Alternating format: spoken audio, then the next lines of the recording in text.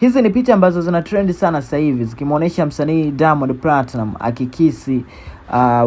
akikisi mimba ya Zuchu pamoja na Zari the Boss Lady. Sasa hii wakati anaikisi mimba ya Zari ni picha ya miaka ya nyuma sana, takriban kama miaka 10 iliyopita. Nafikiri ilikuwa ni mimba ya kwanza kabisa ya Tifa. Sasa bana, hizi picha zimewavutia watu. Wamesema wengi wanampongeza Zuchu akisema Zuchu ndo mwanamke pekee ambaye amezaa na Diamond akiwa kwenye ndoa.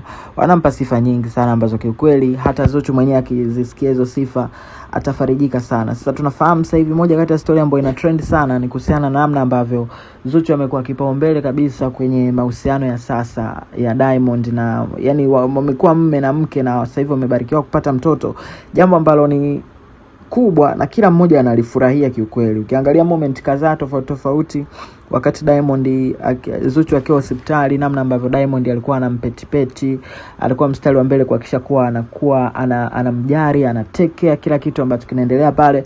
Lakini watu wanapenda kiukweli, watu wanapenda na watu wanavutiwa na namna ambavyo Diamond amejitoa, ameweka kipaumbele kikubwa sana katika kujali malezi ya mtoto wake. Sasa jambo jingine la msingi sana ambalo nafikiri watu wengi wamekuwa wakizungumzia ni namna ambavyo pia kumekuwa sasa hivi hakuna tena rumors kwenye mitandao ya kijamii kwamba Zuchu huenda hana maelewano sijui na familia ya Diamond.